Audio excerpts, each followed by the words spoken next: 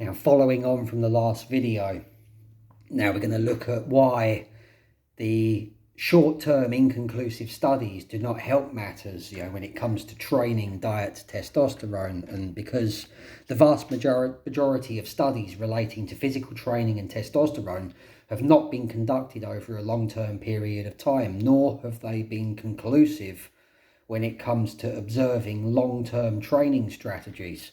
They amount to being short-term studies demonstrating short-term results only.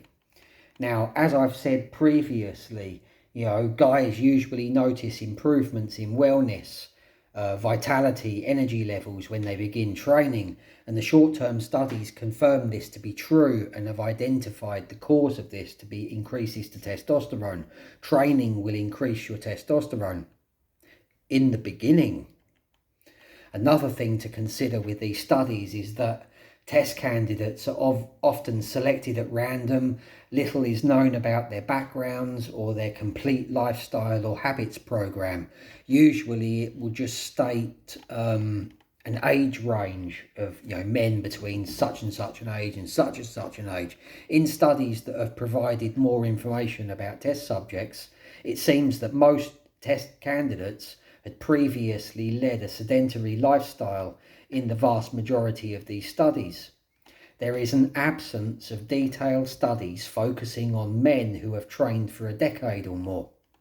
In contrast, short-term studies that have examined men with an already previously established training routine showed little or no increases to their recorded baseline testosterone levels. In reality, the studies indicate an increase to testosterone levels compared to the testosterone levels of someone leading a sedentary lifestyle. It only really demonstrates that when you begin training and establish a regular training habit, that this will increase your testosterone levels when compared to men who lead a sedentary lifestyle, and that continued training habits will help you maintain those gains to your testosterone levels over time. They will not continue to keep going up and up and up and up and up the longer you train. A misconception I think that many believe. Now, in the case of these studies, the duration of the studies must be taken into account. They consist of anything from same-day studies, a small number of studies, up to just a small number of weeks. Therefore, taking the results of short-term studies literally can be very misleading. They are short-term studies, and the results they achieved only correlate to short-term effects that training had on testosterone levels. They do not correlate to the long-term effects on testosterone levels, and in this respect, they're completely inconclusive. Also, these studies are not exactly clear about these testosterone increases. Are these increases to testosterone, are they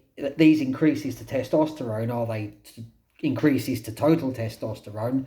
Are these increases the result of adrenal secretions or the conversion of bound albumin-based testosterone into free testosterone? Now, in many cases, this is unknown and it's not stated clearly.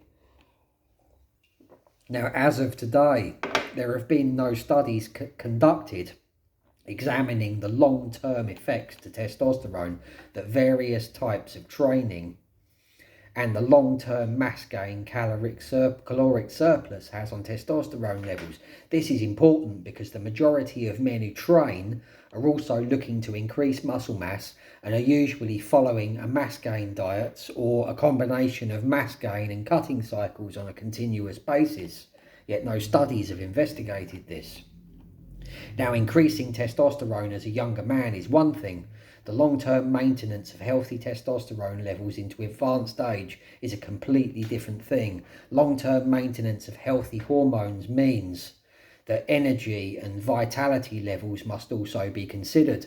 Without energy and vitality, long-term maintenance of healthy testosterone levels becomes highly unlikely. Long-term caloric surplus and overeating depletes energy and vital force, and this has been pretty well established. Therefore, these studies into training and testosterone levels can provide no insight into prolonged caloric surplus combined with training over many years. So, in that respect, these short-term studies can be very misleading when not taking all of these things into consideration. And taking them and their results literally, you fail to see the big picture.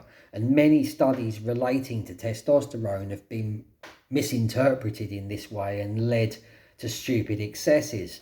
You know, you only have to consider the viral trend born from the results of these particular studies that led to the belief of training every day and not skipping a day, because these idiots thought that training more gave you more testosterone, same as the vitamin D, 5,000 UIs per day.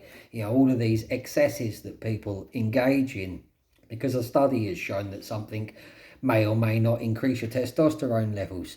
Now, this idea of training every day and not skipping a day was promoted by many popular influencers not too long ago, and some of them were claiming to be natural, when in fact training every day has a negative effect on your testosterone levels. Makes you wonder, you know, the misrepresentation of the findings of these short-term studies led to bad advice being received and acted upon by many young men, and the birth of a training program called the Bro Split, and training guides being sold to promote this ideal. The Bro Split, for those of you who don't know, you're training one muscle group per day and training every day.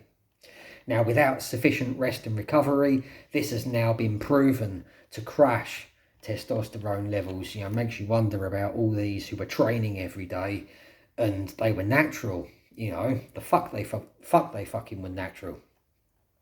Now, unfortunately, although we know now that overtraining, you know, has a negative effect on testosterone levels, unfortunately, it's not stopped the misrepresentation of studies by influencers to manipulate audiences and extract money from them in terms of supplement sales, you know, coaching, courses, consultancies, etc.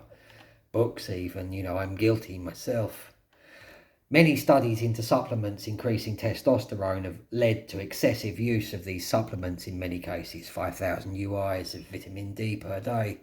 Using excessive amounts of beneficial vitamins and minerals will make no difference to your testosterone levels. Many of these supplement studies have been shown to increase testosterone levels in men with existing low testosterone or with existing vitamin and mineral deficiencies. You know, again, these studies are often misrepresented to sell supplements looking to men looking for quick testosterone gains. You know, if you haven't got a deficiency in vitamin D, taking 10 or 20 or 30,000 UIs per fucking day will not make an iota of difference to your testosterone levels. You know, they keep bullshitting you. And here is the underlying problem. Most studies are misleading. None of these studies has been conducted in absolute detail over a period of many years. They are all short-term studies conducted over periods ranging from a few hours in some cases to 2 or 3 months at the very most. So the long-term effects that different modes of training have on testosterone levels have yet to be studied in any real detail or for any significant length of time. Yet the majority of older guys who have healthy or higher testosterone levels at older ages seem to be defying the findings of these short-term studies. Because although most of us do some intermittent resistance type training, we also do much of our training for stamina and endurance, and these short-term studies suggest that stamina and endurance training doesn't increase testosterone levels, and we all do regular cardio, you know, continuously long runs and cycling and things like that.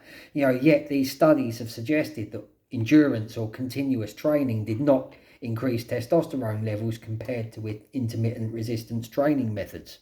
You know, and why is this? You know, people don't think like this. You know, in these often quoted studies, it's been shown that for the particular short interval that the study lasted, intermittent bursts of intense physical activity resulted in higher recorded testosterone levels in that moment, on that day, when compared to continuous endurance training.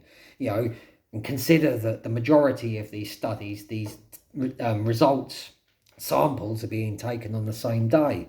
The studies cite that in the case of both intermittent and continuous training methods, without a break, this also had a corresponding spike in cortisol, and of course this is a completely valid finding. Training is a form of stress which produces cortisol during that intense burst of physical activity, and that elevated level of cortisol can remain elevated for a short term after training has ceased, before returning to a normal resting level after some time has passed. But wait, doesn't cortisol reduce testosterone?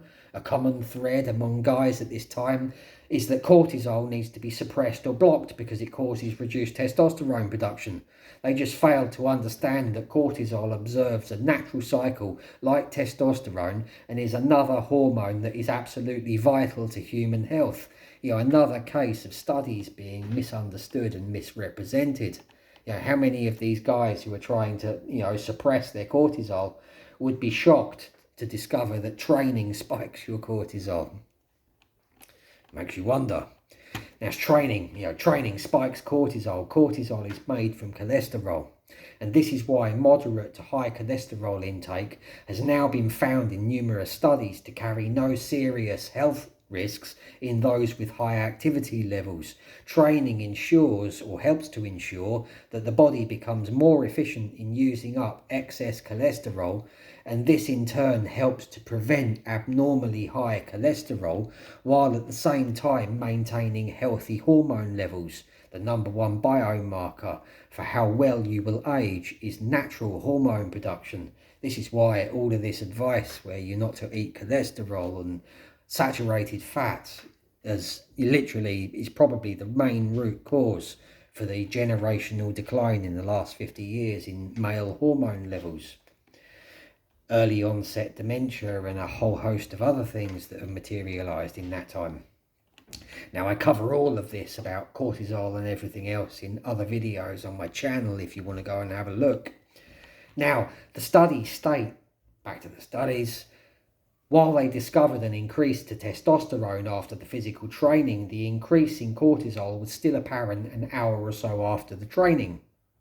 Now, when you think about this can only mean that the testosterone levels were taken on the same day that the exercise was performed, and at the same time the cortisol levels were recorded, which in these cases seems to be an hour or so after the physical activity ended. All these studies really say, therefore, is that testosterone levels were higher in the men performing intermittent bursts of activity when compared directly to another group of men training for an hour continually without intermittent rest periods, in an endurance style, on one single day.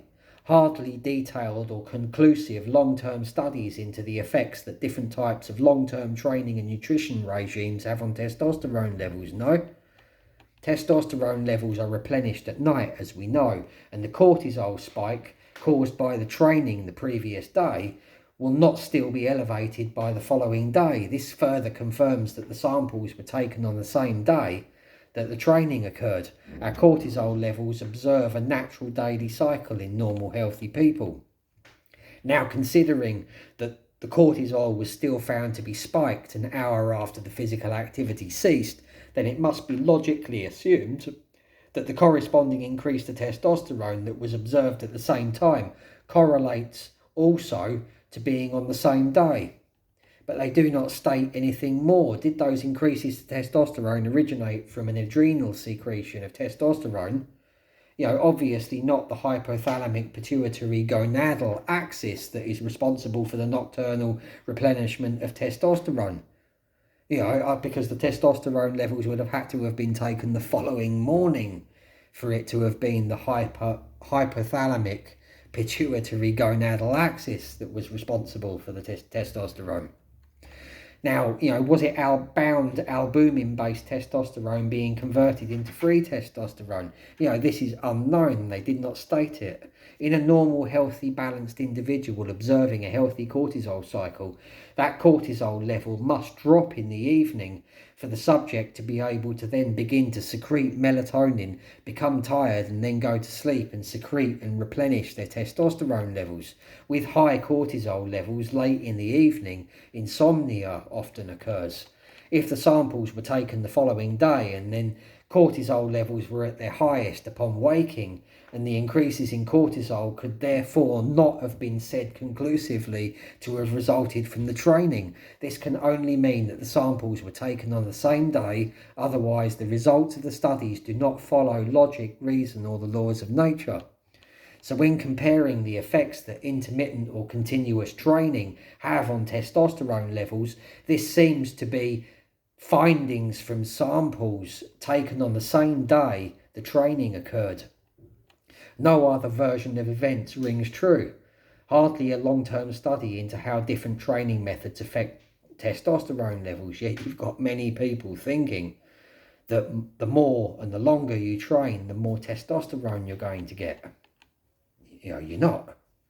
Even with the studies conducted over a few weeks or months, these studies are also limited to the results and effects to testosterone seen over only those periods of time. And even these studies failed to see continued increases to testosterone after that initial period of training. This too does not correlate to a long-term study into the long-term effects that training and diet will have on testosterone levels. Let's apply some factual reasoning to this. Truth is that all activity reduces testosterone. Each day, every day. Established fact, which cannot be denied. Even waking up and consuming breakfast will lower your testosterone. Established fact. This is why clinics advise you not to have anything to eat before having your blood drawn to be examined for testosterone levels. Everything we do throughout the day steadily depletes our testosterone levels, and our levels can end up being considerably less, up to 40%, by the evening. This we know to be true, and it's all confirmed facts. Testosterone levels and cortisol levels are related.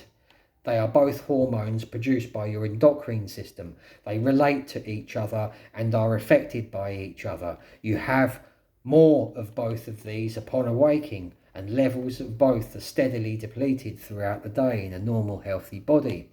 In an individual subjecting themselves to excess stress, this can disrupt this natural cortisol cycle and send levels of cortisol into overdrive, which usually results in a negative effect to testosterone if that spike to cortisol remains prolonged, one day and one day only, and it's unlikely to make any significant difference.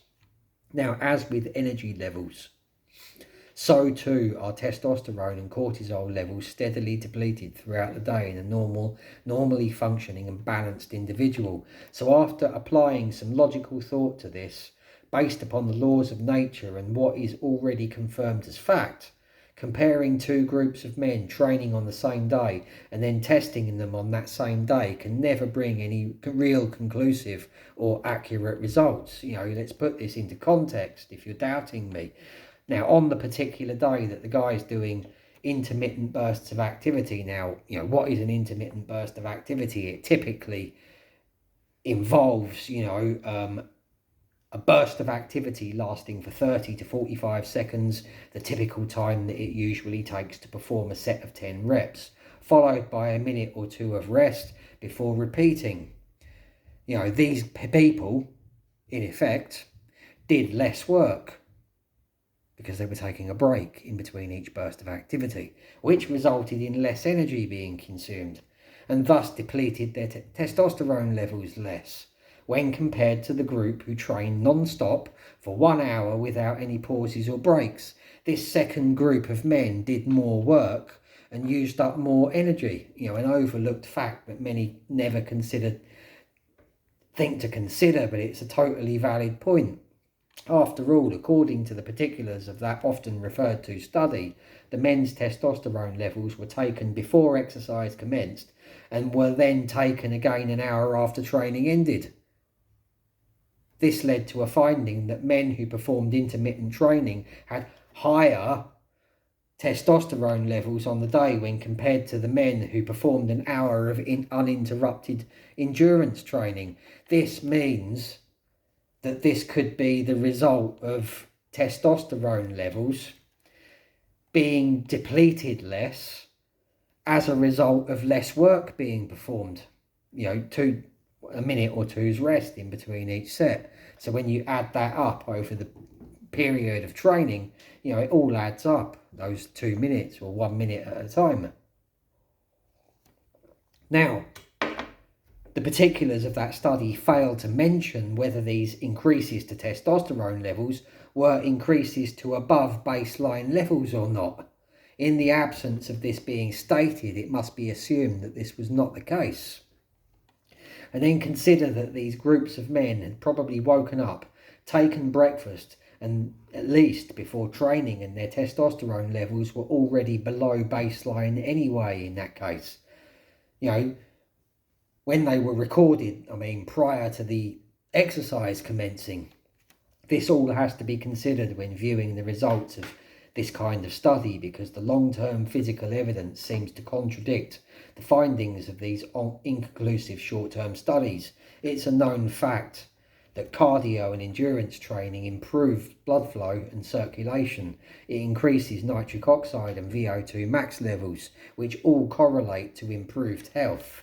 Better blood flow, better circulation, which results in better health, increased energy and vitality, all of which correlates to improved levels of testosterone and also correlates to the maintenance of long-term health and long-term testosterone levels, and this cannot be denied. And in most men, older men specifically, who have higher testosterone levels, they tend to do endurance or cardio training.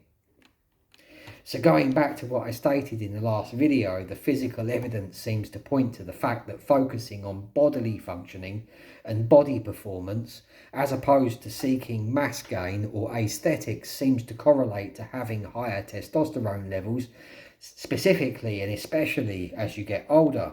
And these short-term studies come nowhere near to disputing that, even though us older guys with higher testosterone seem to be defying convention. We're not defying convention, it's just that the studies are short-term and they're inconclusive.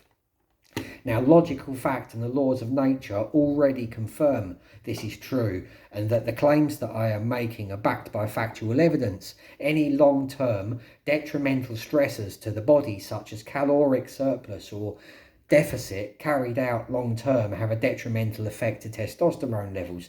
This much has been confirmed already, in studies examining caloric surplus and caloric deficits.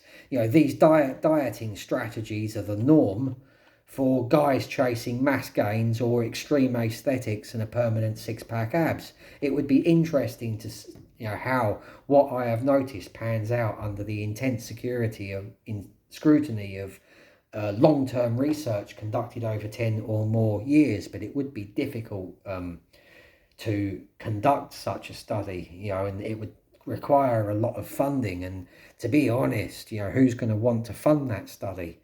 A lot of money is generated from guys having low testosterone. But the physical evidence and the laws of nature all point to this being true. Many guys who focus on building mass and or aesthetics do seem to be more commonly prone to low testosterone as they get older, and tend to suffer a much more rapid decline in testosterone, especially after the age of 40, and many at even younger ages, today. Many of these guys have lived what seems to be healthy lifestyles, consumed good diets, never taken steroids or done anything else that would obviously have caused their low testosterone. They're left scratching their heads and can't understand why. Nobody seems to be able to find a solution to this. You only have to look in the comments of many testosterone related videos and blogs to see how common this is becoming. And the commonly believed perception to all of this is that this is related to age and is something that is inevitable. Many now believe that it's completely normal for a man of 40 or older to be on TRT. It's not.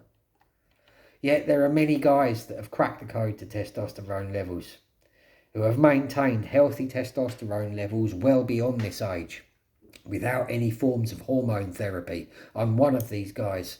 For the last 20 years or more, probably nearer 27, 30 years between, I've trained, I still train, but I train for a combination of strength, stamina and flexibility and movement, and I care little about mass or aesthetics and more about developing optimum bodily functioning and my physical performance. I've been training for nearly 3 decades without ever losing energy or vitality levels, except that one time that I tried to increase my mass beyond my genetic size and potential after hitting the inevitable natural plateau that happens in your training.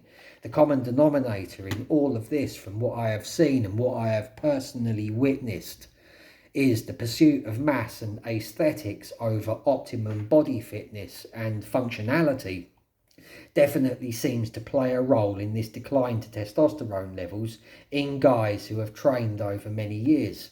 Most of the all-out mass gain guys from the commercial gym at which I trained for many years are now on TRT, jumped onto steroids, or have completely dropped out of the training life altogether. Now, we all know already that cutting and the all-out pursuit of six-pack abs crashes testosterone levels.